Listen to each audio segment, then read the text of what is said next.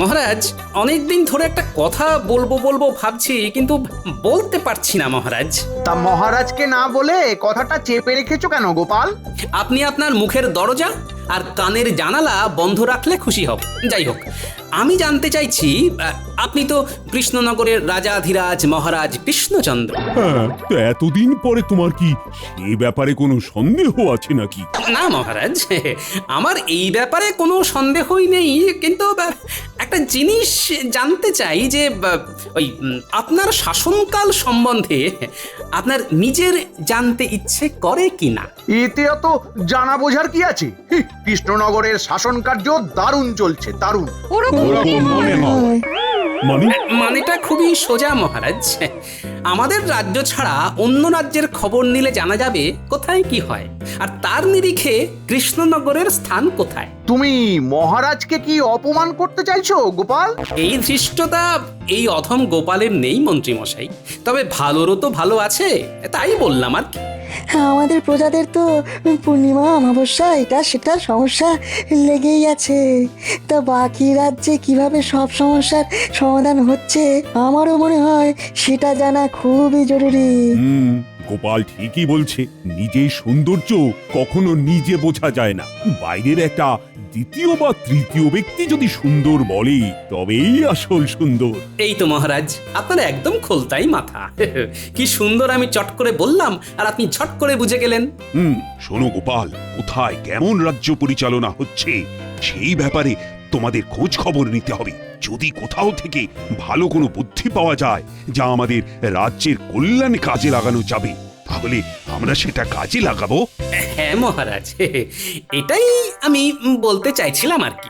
শোনো, তাহলে তোমার নেতৃত্বে একটা উচ্চ পর্যায়ের প্রতিনিধি দল বিভিন্ন রাজ্যের বিভিন্ন জায়গায় যাবে আর আমাকে সে খবর দেবে। না না, এসব উচিত নয়। এত তুলনা করে সময় নষ্ট করার কোনো মানেই হয় না। আহ, তুমি শুধু নামেই মন্ত্রী হয়েছ। শোনো, রাজ্য পরিচালনা করা একটা শিল্প, বুঝলে গোপাল? মন্ত্রী কথা বাদ দাও তো। মহারাজ, গোপালকে তোল্লাই দিয়ে এই কাজটা কিন্তু আপনি একদম ভালো করলেন না। মন্ত্রী মশাইয়ের সব কিছুতেই বাধা। মন্ত্রিত্ব বাধা লগ্ন, বিপত্তি তিথিতে জন্ম, তাই এরকম করছেন।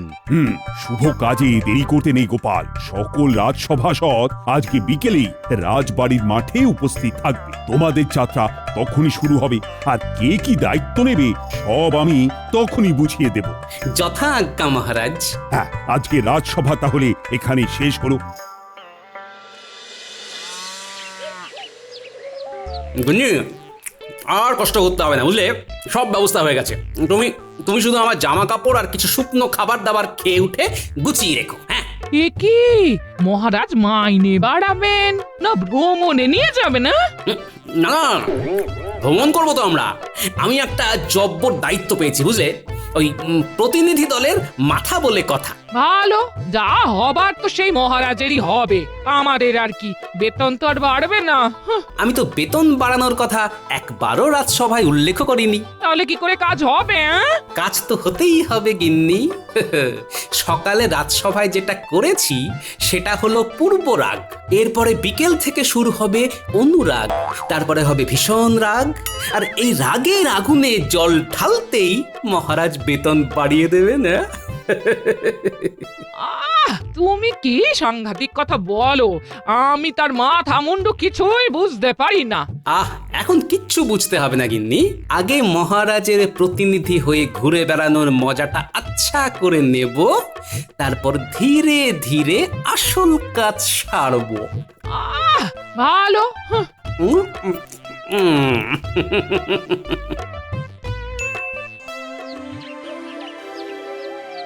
কি সবাই চলে এসেছে, কিন্তু মন্ত্রী এখনো এলো না কেন? আমার মনে হয় মহারাজ এই প্রতিনিধি দলের মাথা গোপালকে করেছেন বলে মন্ত্রী মশাইয়ের অভিমান হয়েছে। এসব ঠুনকো অভিমানের কারণ তো আমি কিছুই বুঝি না। ওই তো আমাদের মন্ত্রী মশাইয়ের ডান হাত চলে এসেছে। মন্ত্রীমশাই খুব অসুস্থ। দুমদাম শরীর খারাপ হয়ে গেল। আচ্ছা, এত অসুস্থ হলে কি করে হবে? এরপরে যখন অন্য রাজ্যের খবর কানে আসবে তখন তো মাথা ভোঁ ভোঁ করবে। সেসব কিছু জানি না মহারাজ, যাই হোক নাম। আচ্ছা শোনো, তোমাদের সবাইকে একসাথে পাঠিয়ে দিলে তো রাজসভার কাজ হবে না, আর রাজ্য রসাতলে যাবে। তাই আমি তোমাদের সকলের মধ্যে থেকে গোপাল, কবি, বিজ্ঞানী আর পণ্ডিত এই চারজনকে বেছে নিলাম। তোমরা চারজনে বিভিন্ন রাজ্য ভ্রমণ করবে, আর তোমাদের দলের মাথা হবে গোপাল। গোপাল দেখবে মূলত অন্ন সংস্থানের ব্যাপার, সভাকবি দেখবে বস্ত্র, বিজ্ঞানীর দায়িত্বে থাকবে বাসস্থান এবং পণ্ডিতের দায়িত্বে থাকবে শিক্ষা। তোমরা অন্তত দুটো প্রতিবেশী রাজ্য ঘুরে 15 দিনের মধ্যে কৃষ্ণনগরে ফিরে আসার চেষ্টা করবে। যথা আজ্ঞা মহারাজ। আপনার মাথায় ওটা কি? ওরে ওরে জলপট্টি রে জলপট্টি, ইহ, আমার এখন উচ্চ রক্তচাপ, সারা মাথা টনটন করছে, ঝনঝন করছে। এত চিন্তা করলে তো আপনার জ্বর চলে আসবে। আরে জ্বর যাতে না আসে সেই জন্যই তো আগে থেকে মাথায় জলপট্টি দিয়ে রেখেছি। কিন্তু আপনি এত চিন্তা করছেন কেন? অন্য রাজ্যের রাজ পরিচালনা কেমন হচ্ছে সেসব দেখার দায়িত্ব তো গোপালের কাঁধে। আপনি আপনার ঘাট থেকে চিন্তার ভূত ঝেড়ে ফেলুন। উফ, সে কি এত সহজে ঝেড়ে ফেলা যায়? গোপাল আর ওর দলবল 15 দিন ধরে অন্য রাজ্যে গিয়ে কি যে করবে তা কে জানে। ওখানে কিছু ভালো দেখলেই আমাদের রাজ্যের সাথে তুলনা করবে। আর সেই তুলনায় যদি অন্য রাজ্য ভালো প্রমাণিত হয় তাহলে তো মহারাজ আপনাকে তুলোধনা করবে। ওরে ওরে, সেটাই তো চিন্তার বিষয়। আমি এই রাজ্যের মন্ত্রী বলে কথা, কোনো সমস্যা খুঁজে পেলেই সব দোষ এই মন্ত্রীর মাথায় এসে পড়বে। উফ।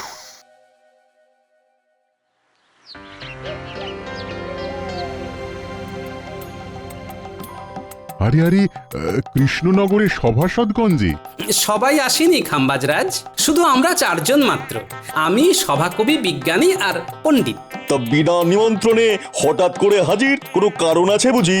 এ কেমন কথা মন্ত্রী? ওনারা আমাদের অতিথি, অতিথিদের সাথে কেউ এইরকম আচার আচরণ করে?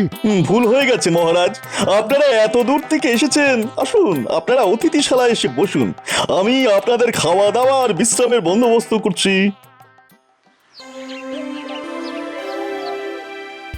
এ কি গোপাল, দুপুরে আমাদের খাওয়া তো কখন হয়ে গেছে, কিন্তু তুমি এখনো খাচ্ছ?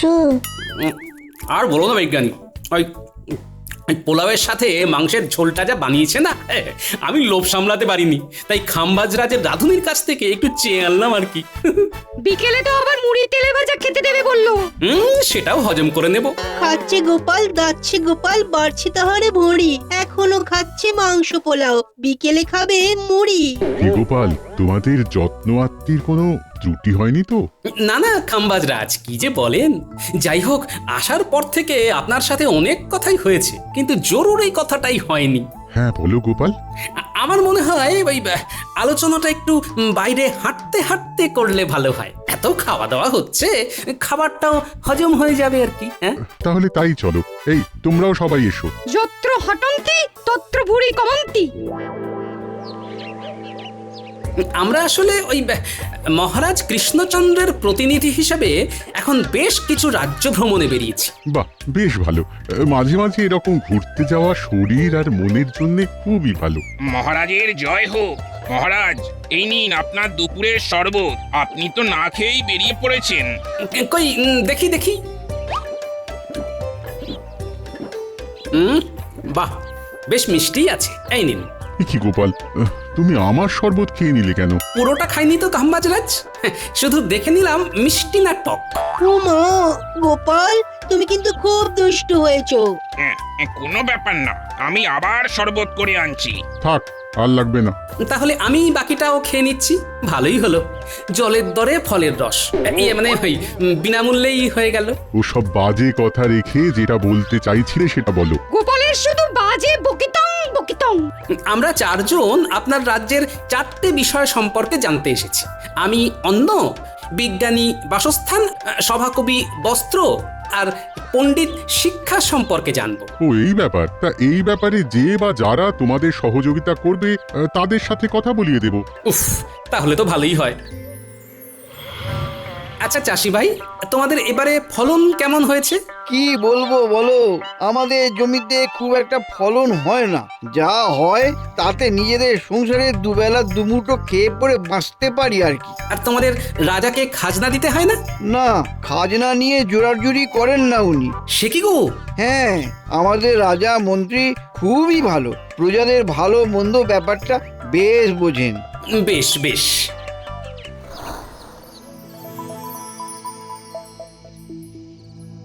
মা, তোমরা কত শাড়ি বুনছো গো? শাড়ির তেমন বিক্রি নেই গো, আগে তো লোকজন খেয়ে পরে বাঁচবে। তাহলে কি করো তোমরা? সংসার কি করে চলে? আমার গিন্নি ওই আচার পাঁপড় হাতের কাজ করে, সেসব একটু আধটু বিক্রি হয়, তাতেই সংসার চলে। প্রজাদের এখানে হাল খারাপ, বেলছে এখন পাঁপড়, অর্থাভাবে কিনছে না কেউ নতুন জামা কাপড়।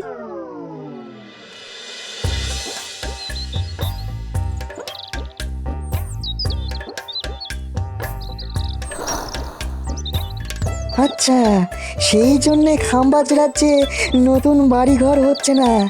বুঝেছি। বেশ বেশ, আমি চলি গো।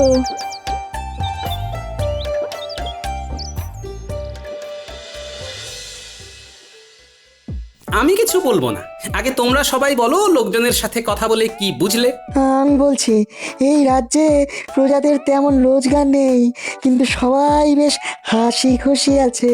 কারো কাছ থেকে খাজনা নেওয়ার জোড়াজুড়ি নেই। উমা, আমাদের কৃষ্ণনগর সব দিক থেকে অনেক এগিয়ে। হ্যাঁ হ্যাঁ, রাত হতে চললো, চলুন আপনারা সবাই নৈশ ভোজন করবেন, চলুন।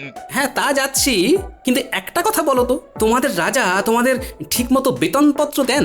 হ্যাঁ দেন তো, আমার দেশের বাড়ি তো অনেক দূর, তাই ভেবেছিলাম এই চাকরিটা আমি ছেড়ে দেব।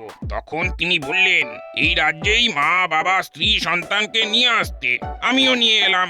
উমা, দেশ না হয় ছাড়লে, কিন্তু থাকছো কোথায়? ওই তো মহারাজ আমাদের জন্য একটা পাকা বাড়ি বানিয়ে দিলেন। মহারাজ এদিকে খুব ভালো, সবার প্রত্যেক বছর বেতন বাড়ে। বাহ, চলো।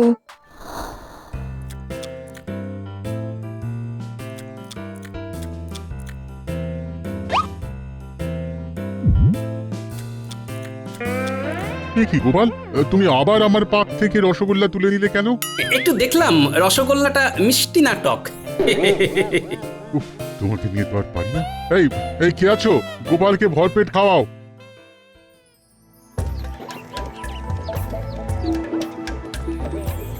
এবার আমরা বর্ধমান রাজ্যে যাব।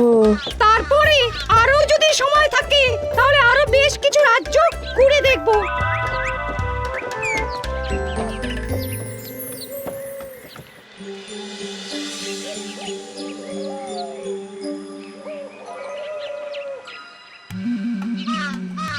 কি মন্ত্রী, এতদিন হয়ে গেল, এখনো আমার পাঠানো প্রতিনিধি দলের কেউ তো এলো না। দলের মাথা যদি গোপালকে করেন তাহলে তো আপনার কপাল খারাপ হবেই। আপনি তাই চিন্তা ভাবনা ছেড়ে দিয়ে রাজসভায় চলুন মহারাজ।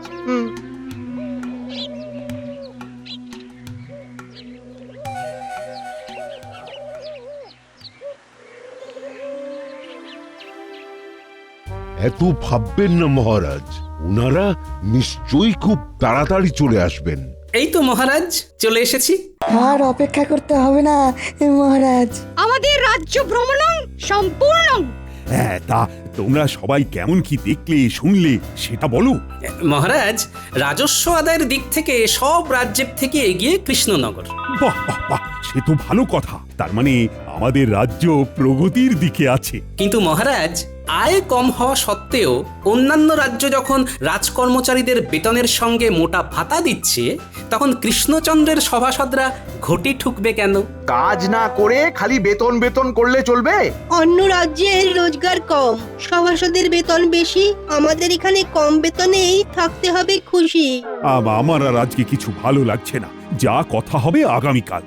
তোমরা যে যার বাড়ি চলে যাও, আগামীকাল এই নিয়ে কথা হবে।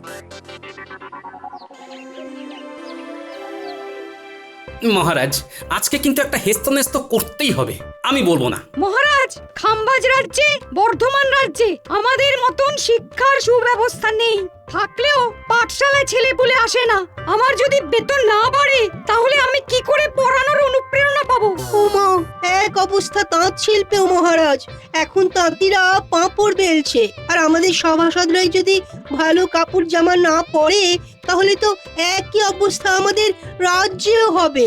মাইনেটা বাড়ান না। হ্যাঁ মহারাজ। ওরা সবাই সত্যি বলছেন। আর কতদিন পুরানো বেতনে কাজ করব? বাজারের পচা শাক সবজি আর মাছ খেয়ে থাকবো নাকি? সেসব খেয়ে রোগ হলে আবার পাচনের খরচ। আচ্ছা দেখছি। উফ, অমন্ত্রী, আমাদের কোষাগারের কি অবস্থা? মহারাজ, কোষাগারের যা অবস্থা তাতে বেতন বাড়াতে গেলে প্রজা কল্যাণমূলক কাজ সব বন্ধ হয়ে যাবে মহারাজ। ও বাবা, তাহলে তো বেতন বাড়ানো যাবে না।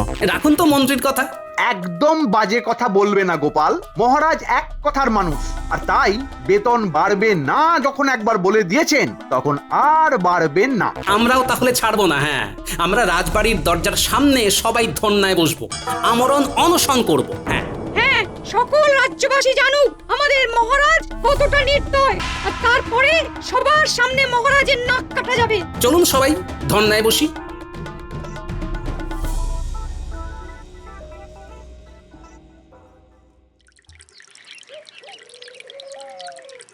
আমাদের দাবি মানতে হবে, আমাদের বেতন বাড়াতে হবে। আমাদের দাবি মানতে হবে, আমাদের বেতন বাড়াতে হবে, বাড়াতে হবে। ন্যায্য ভাতা দিতে হবে, নইলে আমরা আমরণ অনশন করব। দিতে হবে, দিতে হবে, দিতে হবে, দিতে হবে। আমার কিন্তু খুব চিন্তা হচ্ছে মন্ত্রী। এরকম সব রাজসভাসদ যদি ধর্নায় বসে থাকে তাহলে তো রাজ্য লাটে উঠবে। মহারাজ, আপনি নিজেই নিজের বিপদ ডেকে এনেছেন। গোপালকে আর 5টা রাজ্যের খোঁজ নিতে বলেই এই রকম দাবি করার সুযোগ করে দিয়েছেন। ঠিকই বলেছ মন্ত্রী। দেখুন মহারাজ, অনশন আর কদিন করবে? কদিন আর না খেয়ে থাকবে? খিদে পেলে সুরসুর করে অনশন আন্দোলন তুলে রাজসভায় এসে বসবে। এইসব যাত্রাপালা দেখে ভেঙে পড়লে চলবে না মহারাজ। ভাতা দিতে হবে, আমাদের দাবি মানতে হবে, আমাদের বেতন বাড়াতে হবে। আসবো জাহাপনা। কি ব্যাপার, তুমি এত রাতে? কোনো বিশেষ খবর আছে? আছে জাহাপনা, আছে। আমি এখন কৃষ্ণনগর থেকেই আসছি একটা খবর দেওয়ার জন্য। আমাদের দাবি মানতে হবে, আমাদের বেতন বাড়াতে হবে, বাড়াতে হবে। ন্যায্য ভাতা দিতে হবে, দিতে হবে, দিতে হবে, দিতে হবে, দিতে হবে। কি এত বড় সাহস? ঠিক আছে, আজ এক্ষুনি দুধ পাঠাও, আমি সব খবর চাই। ঠিক আছে জাহাপনা, আমি দুধকে এক্ষুনি ওখানে পাঠাচ্ছি। মহারাজ কৃষ্ণচন্দ্রের জয় হোক। নবাব বাহাদুর আপনার জন্য এই পত্র পাঠিয়েছেন মহারাজ। সর্বনাশ, আগামীকাল নবাব বাহাদুর আসছেন। আর সেই রাজকর্মচারীদের সাথে অসন্তোষ নিয়ে কথা বলবেন। এই সেরেছে, তাহলে তো সারে সর্বনাশ মহারাজ। তাহলে কিছু তো বুদ্ধি দাও, কিভাবে নবাবের হাত থেকে রেহাই পাবো। আরে আমার তো যত সব অকম্মার ঢেকি। উফ, এখন তো দেখছি যাদের জন্য আমার বিপদ তাদের কাছেই যেতে হবে।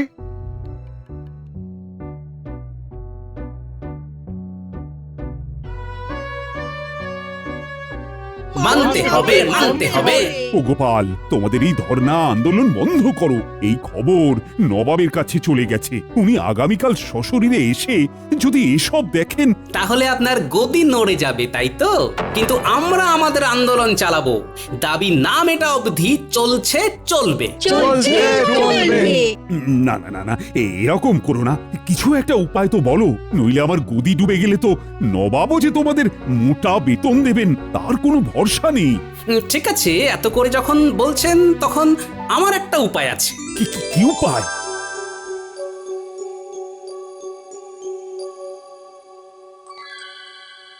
আচ্ছা, বেশ বেশ। কি কৃষ্ণচন্দ্র, শুনলাম সব সভাসদ ধর্ণা করছে, অনশন করছে। না, আমরা ওসব করছি না, আমরা রাজবাড়ির কাজ করছি। এই যে আমি দরজা জানলা পরিষ্কার করছি। মহারাজ, রান্না হয়ে গেছে, আমি খাবার ঘরে গিয়ে খাবারটা রাখছি, কেমন? আচ্ছা বেশ। এ কি রাজসভাসদরা তো এসব দাসীদের কাজ করছে। ওরাই করতে চায় আর কি। আপনি একটু বাগানটা ঘুরে আসুন। আচ্ছা।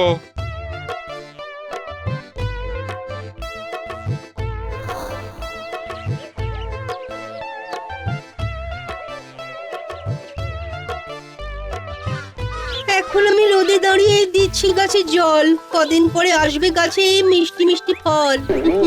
এ কি কাণ্ড! জাহাপনা, কোনো কাজই ছোট নয়।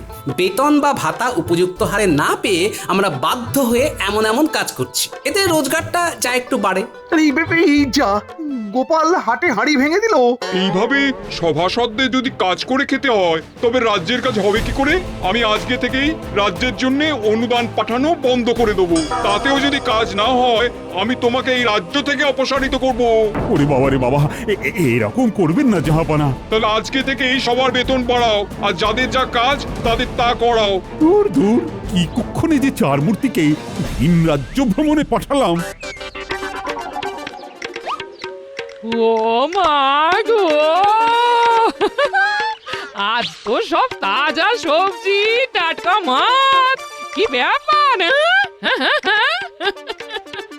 সবই কায়দা করে ফায়দা। ইয়ে মানে ওই বুদ্ধির জোরে বেতন বাড়ার ফল।